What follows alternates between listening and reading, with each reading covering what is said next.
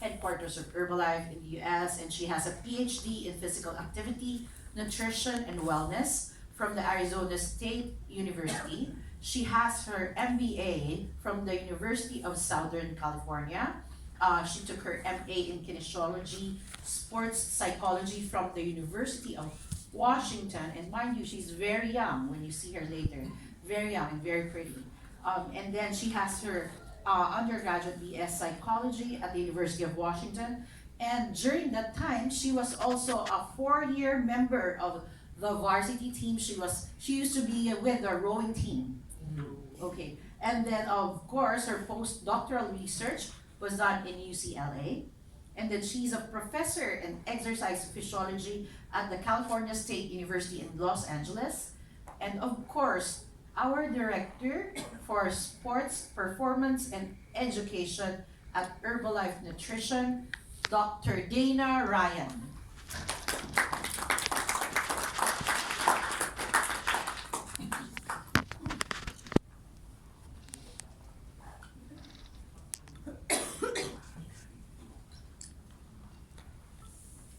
Good morning, or I guess good afternoon.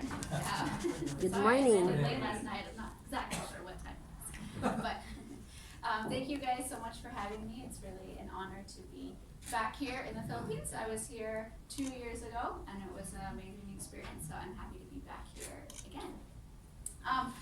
Just going to be a short presentation, and the idea is really to get questions from you guys and have a conversation, because I think as media, you're as involved in this topic as I am, right? And so I think it's a really interesting topic to have an open conversation about, because it's a topic that is rapidly changing on a daily basis, right?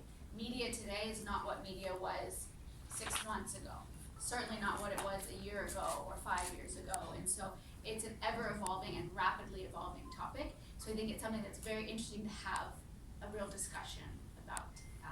But having said that, when I was thinking about this topic, I was thinking like, wow, it's an easy topic. There's so much to say about it. And then trying to put together a presentation, it's almost, where do you start? There's so many aspects of media. And when we talk about social media, there's so many new aspects that are affecting our population in ways that, maybe we wouldn't have expected, that maybe weren't the intention when social media really started getting going. So I want to start by kind of looking at population, right? What is our world doing? How is our world changing? We know that in today's population, people are more aware of the importance of being active. They're more aware of, having gym memberships, working out, exercising, doing all of these things, okay? Awareness doesn't always translate into action, unfortunately. But what we're seeing is that there is a huge prevalence of people buying gym memberships and trying to become more active, right? And we look here in the Philippines, there was a report that I was reading that actually lists the Philippines as the fastest growing market in terms of purchasing gym memberships. Okay, so the awareness is there.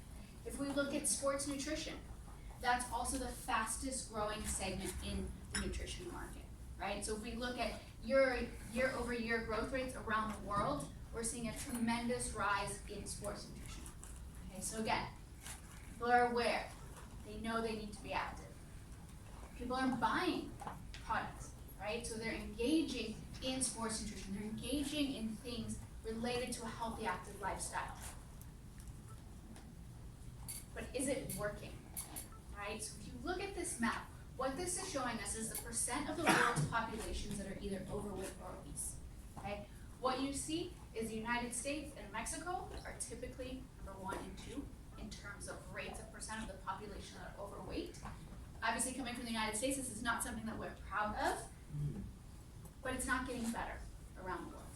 Okay, so what is happening, right? We're seeing people buying more gym memberships, investing in sports nutrition, but we're still seeing a population that's increasingly getting heavier and getting sedentary in certain ways. Okay? So that's one side of the puzzle. Right? So when we start thinking about social media, we start thinking about sedentary behaviors and not living a healthy, active lifestyle. So that's one piece of the puzzle.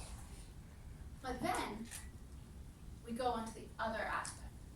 the complete opposite spectrum, and we look at eating disorders. Okay, these are also on the rise, right? This need to be thin, this need to look a certain way, right? So how do we have a population that is both increasing in eating disorders, is also increasing in obesity, right? So it's a really interesting dynamic of how do we have both ends of the spectrum increasing at the same time, right? And how does the role of social media and media in general play into that? So if we look at some social media stats around the world, and this is something that our global social media team pulled for us, almost half of the world's population is engaged in social networks. Okay, so half of the world's population is looking online to see how should I look? How should the world be? How are other people living? What is going on? How do I now see the world through a different lens than maybe I would have seen it through 5 years ago, when I didn't have this glimpse into other people's lives or other people's networks, right? So almost half the world, 1 million new people are joining every single day, okay? So in some aspects, that's great, right? The world is becoming more connected. That has huge power in so many ways, okay? So when we look at how are people using it, on average, people are on social media over 2 hours a day, okay? So now let's think about what are the recommendations for physical activity. Recommendations for physical activity, leading a healthy, active lifestyle, being active at least 30 minutes a day. So how does spending 2 hours a day on social media really hinder our ability to be active, right? But can it also help our ability to be active, right? And we'll talk about some of those accounts in a second. People have on average 8 social media accounts. To be honest, I don't know how people do that. I have 1. And it's hard enough to keep up with. But it's crazy, 8, so that's a lot of things to keep track of every single day. It's a lot of people that you're coming in contact with, a lot of people who you're potentially influencing and who are influencing you as well, okay? Social media is the second most prevalent channel for brands.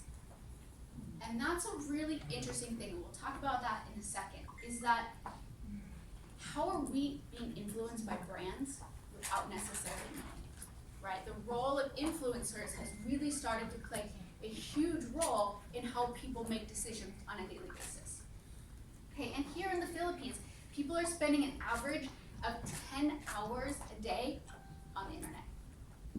10 hours a day. That's almost 50% of your day, right? That is a long time. So how do you, if you're spending that much time online, how do you have it have a positive impact rather than a negative impact, right? And what we're seeing is, unfortunately, it's not always a positive impact that social media in particular is having on the world's population, right? So just in general, this is what we're looking at in terms of social media channels. Facebook still globally the highest number of active users. It really depends on the country. In the United States, Instagram is growing rapidly, but I know here, Facebook is still very, very popular, right? So these are constantly changing. There's constantly ones that are added every single day. I have 2 younger half-sisters I have to call and be like, what is this new thing people are using? Every day, there's something new, right? How do you keep up with all of these new channels? But the question that we're starting to be faced with is it positive, right? Is social media having that positive impact that we are hoping for, right? And there's a difference. Males, females, they're using social media in a different way, and it's having a different impact, right? So typically, girls use social media more than boys, okay? Especially if we're looking at the younger population, the millennial population. They're using social media all of the time, right? This is becoming their reality, is social media. How they see their friends, how they see the world, how they see they're supposed to live. They're seeing it through social media, okay? And while there can be a lot of good benefits, and I think that's the challenge for us today, is how do we turn these numbers that we're gonna talk about into positive numbers, right? Because right now, look at this. So for people that are using social media, there's significantly increased rates of depression, right? So people that are using social media heavily, 30-40% rates of depression. Right? So why is that happening? Right? And with girls, even more than boys. So girls that are using social media, we're seeing significantly increased rates of depression. For people that are using 5 hours a day or more of social media, we see depression rates of almost 50% in girls, right? 35% in boys. Okay, that's terrible, right? How is something that's supposed to create community and bring our networks and our population closer together, why is this happening, right? And so I was kind of looking at these numbers and thinking, why is this happening? Why is it having this effect? And it kind of took me back to my psychology days, right? What are the human needs? What is a population, what is a person are we striving for every single day? Belonging. We want to feel like we belong to something. We want people to think that we're liked. We want to feel a sense of connection, okay? We want to have health. We want to have prosperity. We want to have safety, right? And now all of these things that you see on here, we're being compared to everybody every single day, right? So, well, this person has this many followers. This person's getting this many likes. This person has this. This person has this. You know, and so now instead of being content with our own life, we're constantly in the state of being compared to other people, right? And it's not necessarily something that happens on purpose. It just kind of happens by the fact that this is what we're inundated with, right? You know, we're all guilty of it. I follow a couple of different, you know, female fashion bloggers, and I find myself watching these channels, and I'm like, oh, I want that. I want that. And they're just showing me their day, right? And their day, I don't know this person, right? But they've got this purse, or they have these clothes, or they have this stuff, and now all of a sudden you're starting to think, well, I don't have those things. You know, a year ago you were perfectly content with your life. You had what you needed, right? But now this lifestyle that's being curated online, we start thinking, I don't have these things. I want these things. I need more. I need to look like this person, right? So how do we fight that, right? Same thing when we look at fitness. I want to look like that person. The problem is, you don't really know what that person actually looks like, right? You know, I went to a Pilates class, and my Pilates teacher was like, hey, do you mind if someone else joins us today? I said, sure, no problem. She's like, oh, she's some like Instagram blogger or whatnot, right?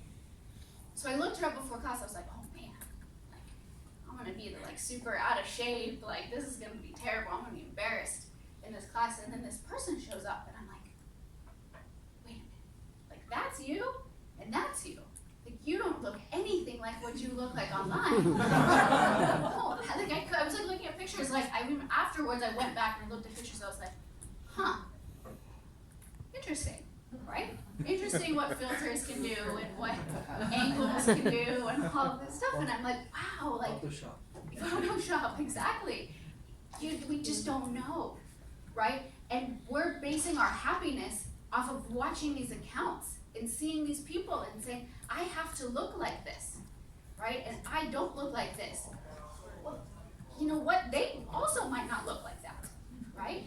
And so it's a really interesting reality of how do we then take what we see online and actually make something positive out of it, right? Because we do have the opportunity. Social media can be great. It can create communities. It can give you that support network. You know, if you're going through a weight loss journey or if you're trying to build muscle, you can build that amazing community, right?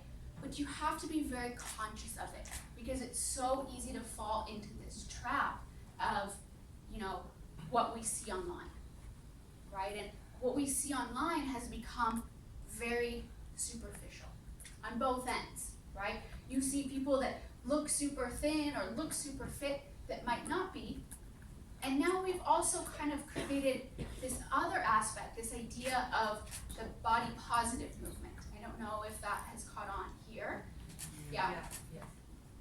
And what I'm about to say might not sound great right off the bat, but just stick with me, okay? So the body positive movement is kind of the response to this, everybody looks super thin, I don't need to look really thin, I'm gonna love my body the way it is, okay? And yes, you should, okay? There's an amazing confidence that comes from that. But that movement, just like being super thin, is also based on image, okay? And we're not talking about health. You know, we've really lost sight of what it is to be healthy, okay? Because we do know being overweight, being obese leads to serious health consequences, okay? So if we're loving our body, we've got to love it from the inside out, right? And that comes with how we move our body, how we put healthy food into our body. Just like we don't want to be too thin, we don't want to be too overweight either, right? So how do we create a culture where it's not about the image, it's about health, right? And what's actually happening on the inside of our body, okay? So what do we do, right? This sounds depressing and negative and all this. What do we do about it, okay? You know, Instagram has taken a couple of steps. First, they came out in an interview in June and basically said, we don't want Instagram to become a competition. And we're seeing it, right? We're seeing on every aspect, looks, wealth, lifestyle, car you drive, the house you have, all of these things. We want people to use Instagram as a community, okay? Which is gonna help you live a healthy lifestyle, okay? It's gonna be inspiring, it's gonna be motivating. And so what they've started to play around with is the idea of hiding likes. I don't know if they're doing it here, they've done it in Australia, Ireland, they've started doing it in the United States. They're hiding likes. So you can't see and compare yourself. Well, this person got more likes than I did, so therefore they must, you know, have more friends or be cooler or be better than me, right? Because all that can be fake too, right?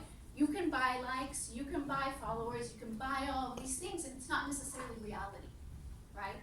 And you can also have a lot of followers, and people think like, oh, that person must have like 1 million friends in real life, right? You know, we'll use me as an example, right? I have 40 some odd thousand followers on Instagram. My real life, I have a very, very, very tight-knit, close group of friends. I don't have 40,000 real life friends, right? Nobody does, okay? I don't, you know, I'm not going to dinner with 25, 30 people every single night and have this crazy life, right? But that's what we see, and especially with the younger generations, that's what they see and that's what they assume, is that you have all these friends online, that you have that in real life, you know, and that's not necessarily the case, right? So how do we combat this, right? One thing I've done is I've turned off notifications, okay? So turning off notifications, now you're not constantly like, ooh, somebody liked this, ooh, somebody followed me, ooh, this, you know what I mean? It's that you see it, you know, you have a reaction, you have a physiological reaction. When your phone dings because you have a text message or an email or a notification, we have a physiological reaction. We have a response. So by turning that off, now we're not constantly responding to this need to have likes or followers, things like that, okay?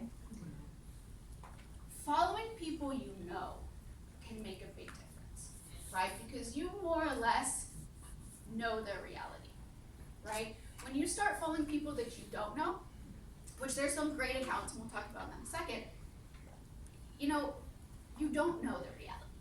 You know, you don't know if they really did that workout that they're showing you. Maybe they just took a picture in front of that gym. Who knows? You know, people do that. You see it. I quit this one gym in LA because I got tired of it. I go and the people are doing their makeup to get ready to go work out. I'm like, just work out. Why do you have to take a picture of it? You know? But when you don't follow people you know, it can be kind of tricky to identify reality or not reality, right? And in terms of health and nutrition, this becomes even more tricky, right? So there is so much nutrition information out there. So much nutrition information across all social channels, okay?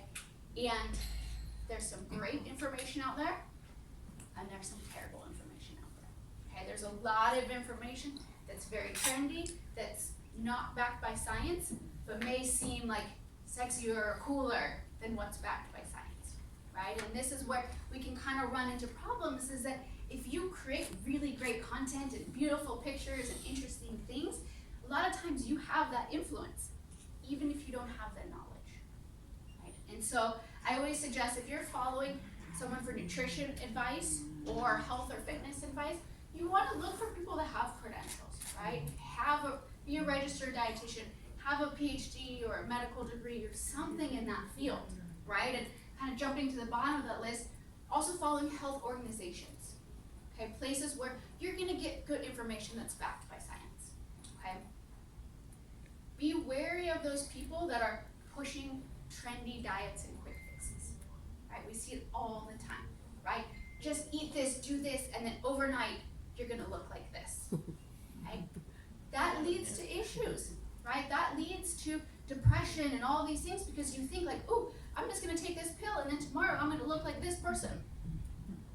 And then when that doesn't happen, now all of a sudden you start thinking, well, why not? Why can't I look like that person? They told me to just take this pill, right? Same thing with elimination diets. Anyone that's touting just stop eating carbohydrates, you don't need carbohydrates, you don't need these fats, you don't need these things, that can cause problems as well. Okay, we know, and we're not gonna go into a whole nutrition discussion, but we know you need protein, you need good fats, and you need healthy carbohydrates, okay? But a lot of what we see online is eliminate all of your carbohydrates, and then you're gonna become super skinny, okay? Unfortunately, that's not how it works, right? And you need carbohydrates, you need all these things. So again, we're going back to this idea of how do you focus on health in social media rather than just on image, right? Kind of along those same lines, be aware of people that are just touting one food or one ingredient, right? The popular one that I'm seeing now is celery, okay? A lot of people will talk about celery juice, celery this, celery soup, celery everything. Celery is going to cure everything, right? Again, it's about balance and it's about health, right? If we can keep the focus on health rather than image, we're gonna go a lot farther in actually becoming healthy, okay? Same thing with exercise.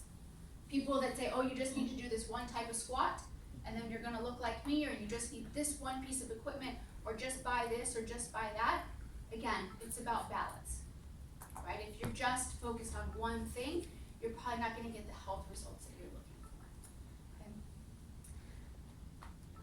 Try and find different opinions, right? I think one of the traps that we fall into on social media is reading the same opinion over and over and over and over and over again, right? If you think that, let's just pick on the keto diet for a second. If you think the keto diet is popular or great, you can read a million different articles that are gonna 100% agree with you, okay? So my challenge to people is go find those articles that maybe you're questioning it, okay? Maybe you're looking at it from a different point of view and start to form your own opinions, right? Because we can be so easily swayed because of the algorithms and whatnot of social media that you start looking at keto-friendly things, all you're gonna see in your feed is keto-friendly things, okay? So we have to be very conscious of how do we seek out lots of different information, okay?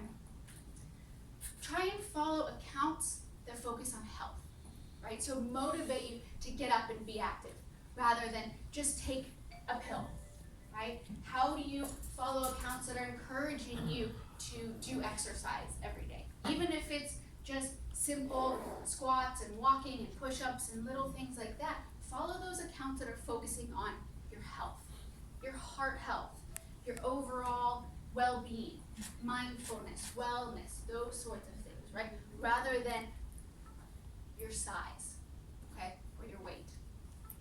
Follow people that promote balance, right? People that are eating all colors of the rainbow. People that are eating proteins, fats, carbohydrates, right? Rather than just focusing on one thing, okay?